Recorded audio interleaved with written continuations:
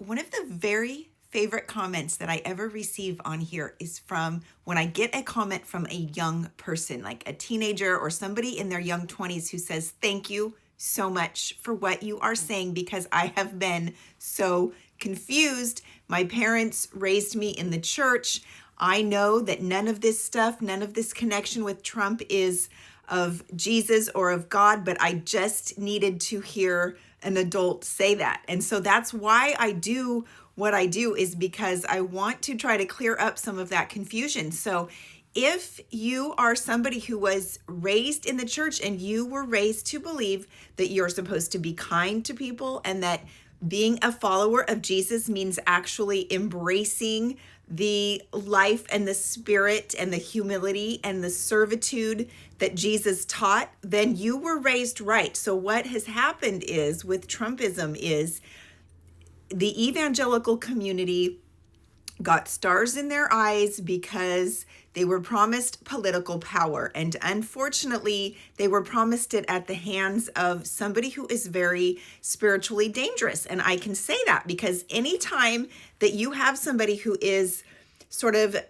pretending or putting it out there to be anointed by God, which means to be graced by God, have the hand of God upon them to lead into a more godly agenda, then the people who are in that community are more vulnerable to exploitation. And so Trump caught on to that really quick. He knew who his prey was going to be when he set out in 2014 or 2015 to run. He knew he would need evangelical backing. So he suddenly became a Christian and suddenly started, courting Christians and promising them power. And that is how it all began. So what the problem is that because he's so corrupt, because he is a criminal, because he doesn't actually follow God, but he is empowered by a whole different spirit, which you can look that up if you want to read Luke 6:45. That's what is empowering him. And you can tell by the